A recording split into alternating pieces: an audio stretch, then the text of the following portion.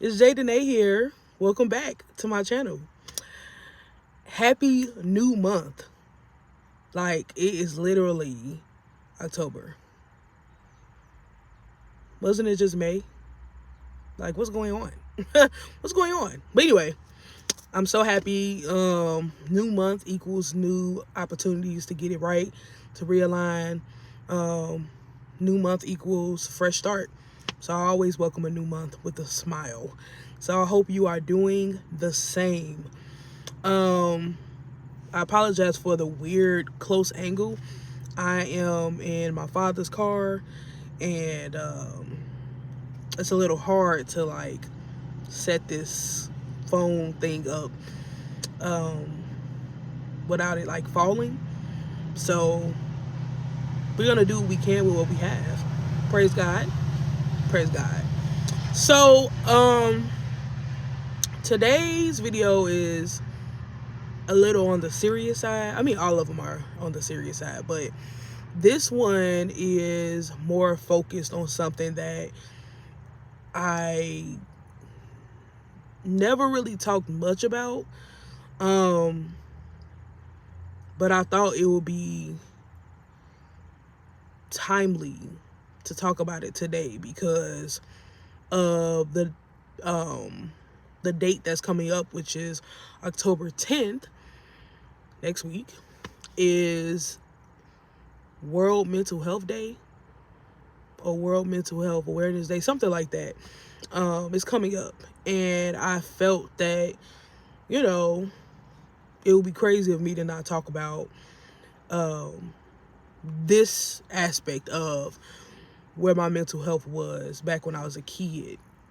And I feel like it's also a good opportunity to kind of encourage parents to do more mental health checks on your children because,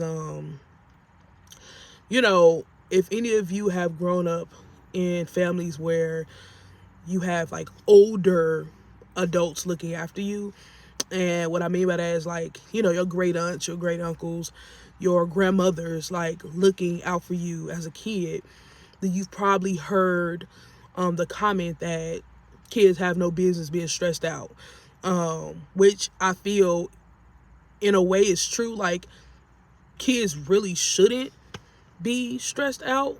Like, they're kids. They shouldn't have the type of pressure that would have them overwhelmed. You know what I mean? But many of them do. They have responsibilities that shouldn't belong to them. They have burdens that should not belong to them. They have a lot of things to carry as kids, and these burdens have terrible effects on them. It just is what it is. And so I think, a lot of people could do better with affirming kids when they talk about, being stressed out or having to carry a lot or being overwhelmed. Like, you don't have to dismiss them just because they're kids. And I think we've seen a great deal of examples of what happens when a kid's mental health is dismissed, or if their emotional health is abandoned or neglected. They harm themselves or worse. So yeah, I'm going to be talking about my experience today. It won't be long, but I just want to share what happened with me. So, as you all know, when I was a kid, I experienced a lot of bullying everywhere. When I went to school, the kids were bullies. When I went to church, the kids were bullies. In my neighborhood, kids were bullies. In my family, there were bullies. And so I spent a lot of time isolated or trying to isolate myself.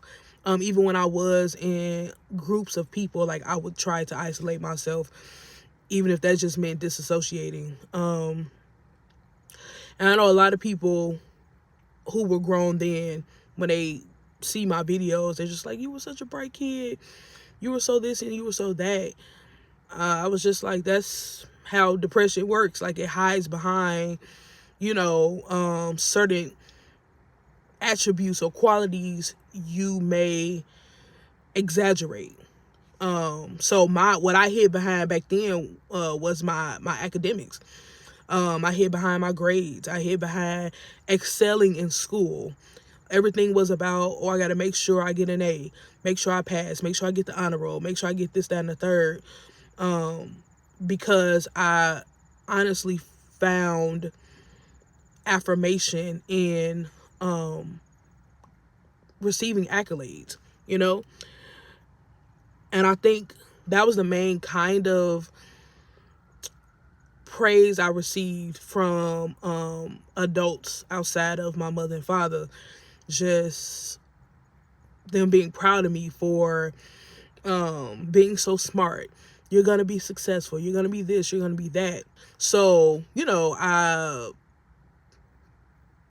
I don't know. I put a lot of effort into that part of my life. And it also helped to distract me from the backlash I received outside of that. So, like, I always mention, my complexion, my hair, my weight, my voice, like, just a lot of the things that kids would attack. Like, I just did my very best to dismiss, those experiences. And so, yeah, back then, my mind was set on doing well in school and just not getting in trouble, because I also liked, watching TV and stuff, and I hated being on punishment. One of the things that stressed me out a lot, outside of being like bullied by kids, was just being overlooked. Like, I desired to have a close relationship with like my uncles and my aunt on my father's side, because I didn't have any older siblings. It was just me. And then on my mother's side, like, there were not a lot of kids my age. Like, I had a cousin who is 2 years younger than me, and then another one who's like 6 years younger than me. Then I got one that's 7 or 8 years younger than me who was barely around, and another one who's 10 years older than me who wasn't really around either, even though, I loved him and I think we did have like a pretty good relationship. But as far as like being in a household with a bunch of people who were like 7, 8, 9, 10, 11 years older than you, that felt like, older siblings, like, that experience I only had with my father's siblings, so my uncles and my auntie.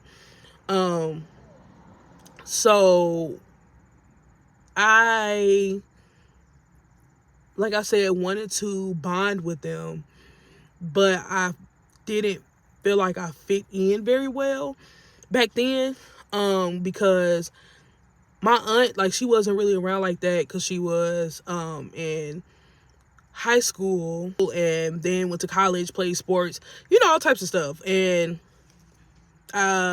yeah, she was having a good time as a young adult. My uncles were into sports too, and then they were also into like roasting each other and just kicking it and all that stuff. And sometimes I would like come in their room to try to like bond with them. But like I stated, their form of joking back then, it didn't really mesh well with where my self-esteem was, because I was already being bullied for a lot of the things they would joke about. So like, I just found myself just like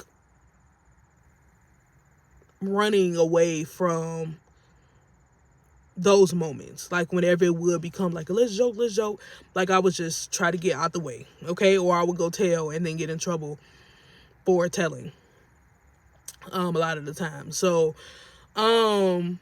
yeah, I, at the end of the day, was just find more safety in isolating myself, counseling myself. I took a lot of responsibility for other people's feelings when I was a kid. Like, I thought about how much stress my circumstances or my struggles would bring to trusted adults in my life. And so, and then would also get in trouble sometimes for telling. I just began to hoard a lot of what I experienced, even down to being molested, being like outnumbered by a bunch of boys who were trying to like corner me, having to fight boys, dudes trying to jump me, just like a lot of stuff that a little girl shouldn't have to go through. I did. And I preferred to counsel my way into forgetting about what happened. Like, I would just try to restart everything the next day. Or I would try to find or get validation from the ones who did, like, try to attack me or insult me or whatever it was. Like, yeah. Which is crazy now that I think about it. I'm like, I was really seeking validation from these people. But again, I was a kid who was struggling with rejection and depression. So, yeah. And then also being a kid who was forced into doing things I did not want to do. Like being threatened when it came to being in sports and doing just a lot of stuff that did not align with my desires. When I think back to my time as a little girl, I think about how different it could have been had my creativity and my like art focused talents, had those been developed and affirmed, like where I might be now. Like, you know, what if the parts of me that were like hidden in a way, what if they were affirmed and sharpened? Like, how much different would it be now? Like, what would be different? Like, what would my career look like? What would my self-esteem look like? Like, even when I went to a funeral maybe 2 weekends ago, and I was walking around the church because it was the church that I grew up in. So I'm walking around, I'm like, wow, it's so crazy how a lot of things haven't changed in here. Like, certain rooms and certain like pictures that are still on the wall and like different things like that. And then I sat there and started to think about like different rooms in the church that housed a lot of my trauma. Being in certain rooms with people who would try to like fight me for no reason. I'm talking about unprovoked. And older folks, and by older I mean like a few years older than me, just egging that type of behavior on, not correcting it, just like joking with the ones who would try to fight me. Or boys like talking about me, making songs about me. The younger ones just like making jokes about me while I'm trying to praise dance, and then losing my confidence. Like, at that point, you know, around 12 or 13, just losing my confidence and choosing not to dance anymore. Choosing not to demonstrate what my gifts were, my talent of like singing, like not wanting to do that because of the backlash. I just anticipating negative things, negative feedback, you know, even to like the point of having friends who would not have my back when people would try to bully me, because they were also trying to get validation from these people. So, you know, just having to handle a lot of things by myself. It was a rough and tough time, and I've covered this in some of my videos. So all of that and a lot of other things I haven't talked about yet, which I'll get into in later videos, caused me to become like trapped in my mind at times. And when that would happen, I would start to think about what could possibly bring me relief, or what could stop the negative treatment, or what could make people, I don't know, how can I put this? What could convince people to come to my rescue? What could change the way people showed up in those situations? Like, when I was scared or sad or whatever it was, like what could make like the adults or the people around me bring me like some source of like safety or protection, or like love, affection, affirmation, whatever it was. Sometimes I would consider running away. Sometimes I would consider just like lashing out, or whatever. It was, just different thoughts.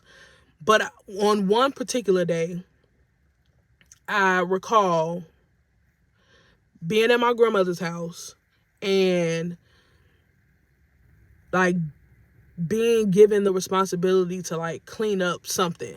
I don't remember what it was. It might have been like the living room or the basement or something like that. And on that day, I probably had got into an argument with one of my uncles. I feel like I got like reprimanded for something that I was just like, it might have felt like it was irrational. And a lot of times when that would happen, I would just like find a room to just go in and cry by myself. But on this particular day, I think things had become a bit too overwhelming because I was just like over it. I can feel it now. Like I can feel the weight of being over things. Like just being like, man, this is too much.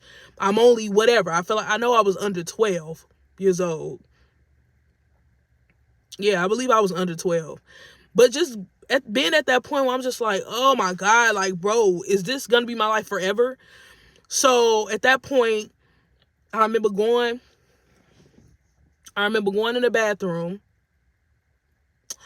and closing the door and saying to myself, I am going to die today.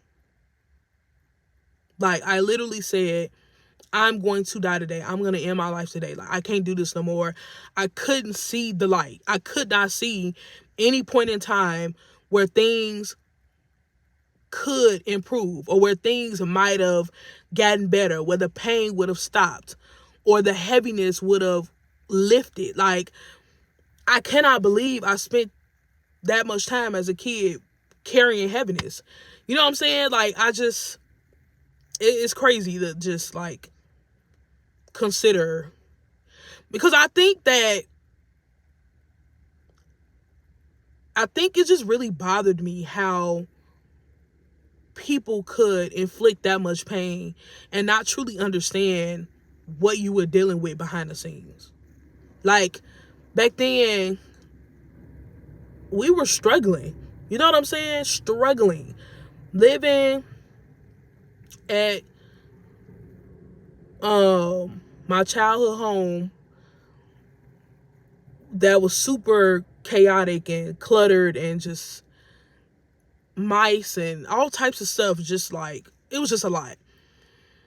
And then coming to school, putting on the front like, okay, that part of my life doesn't exist when I'm at school. That part of my life doesn't exist when I need to do my homework, when I need to take these quizzes, when I need to write this paper. Just to have a bunch of kids talk about my weight and my hair and everything that they see that I couldn't control at that point. Every day. Every single day. Like, it's mind-boggling. And I know they say kids are kids, but like, if they had more people in their lives who would teach them about being mindful of how their words might affect someone, I think it was just, we'll see a lot of differences. But anyway, yeah, I was just, it had gotten to a point, okay?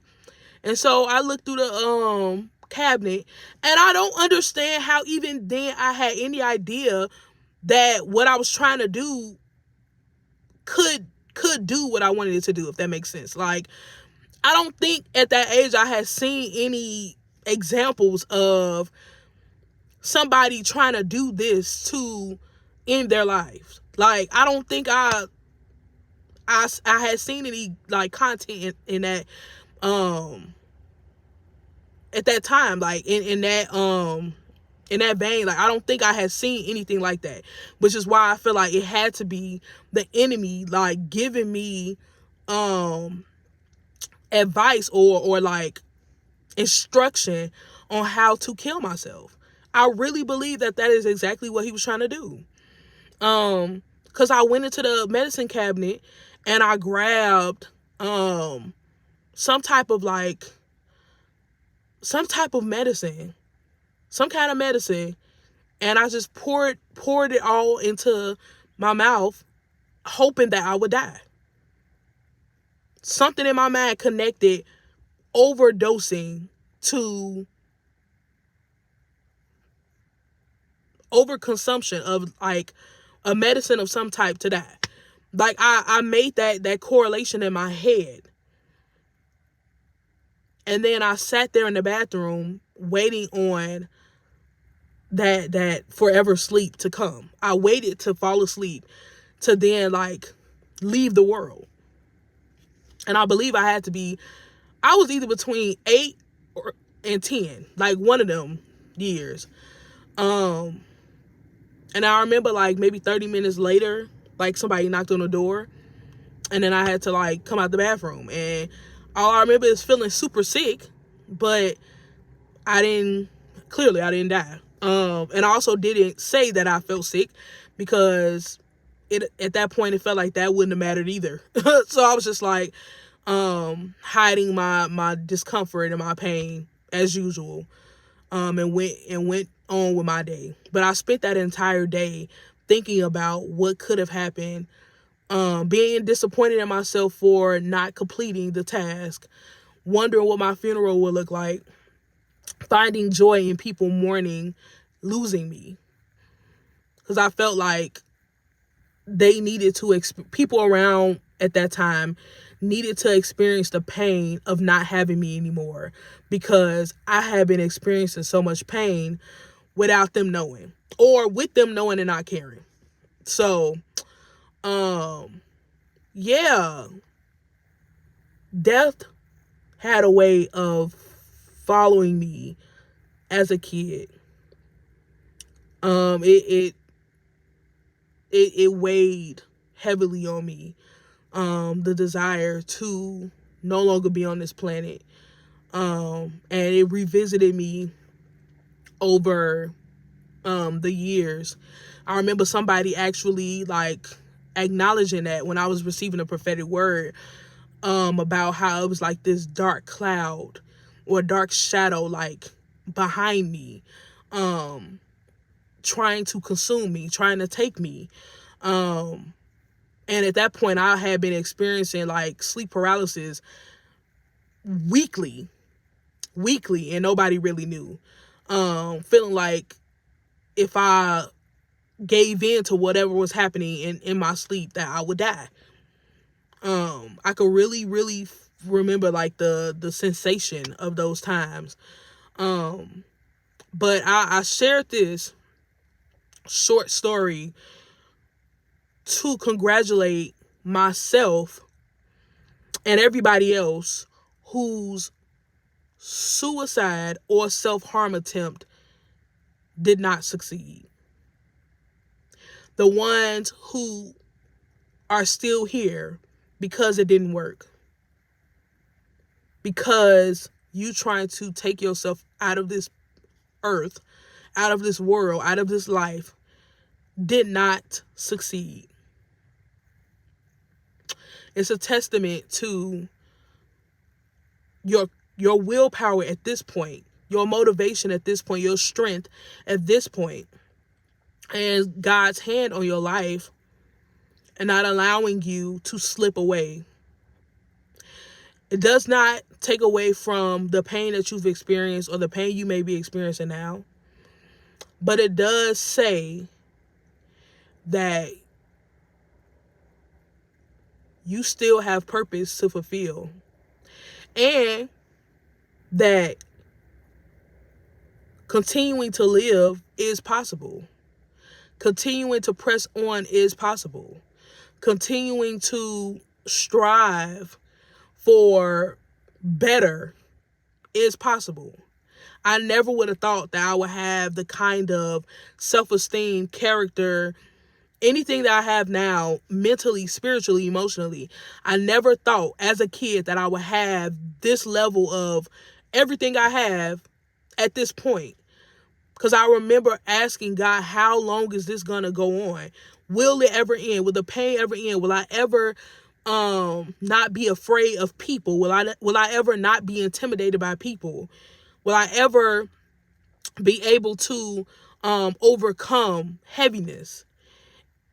And now here I am, having authority over heaviness, having authority over depression, having authority over anxiety, to the point where I could speak now as a person who made it through and is currently pressing through now, is currently finding purpose in walking with God and putting effort into upholding the standard that he's called me to live by, and just having him at the forefront of my life versus myself or people. And as somebody who, was paralyzed with fear as a kid, for me to be able to say this now with this much authority, with this much confidence, I know that whoever is watching can have the exact same transformation, can walk this thing out, conquer it, overcome it, walk in freedom like me. I know it's possible because I hated everything about me as a kid and just wanted to be done with life. And now I'm actually putting real effort as an adult at this point in time, putting real effort into nurturing every aspect of myself and healing every aspect of myself and working to see progress in every aspect of myself in my life. You do that when you love yourself or when you have a growing love for yourself. So please be encouraged. Keep your eyes on God. Keep your heart focused on God. Keep growing your faith in God. And if that requires for you to join a church, develop new connections with people who can help you walk through this thing, therapy, working out, journaling, praying every day, whatever it takes, do it. There is life after darkness. There is life after darkness. So in honor of your mental health, in honor of even the mental health of those we lost, give yourself and your life your best shot. You will not lose with God. You won't be put to shame. So, yeah, I love y'all, man. I really, really do.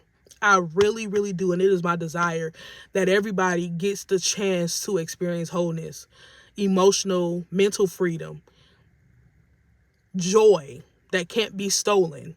It is my desire that everybody can have that kind of life. And I'm so glad that I can offer that type of support to people. So be encouraged, y'all. Have a beautiful rest of your week.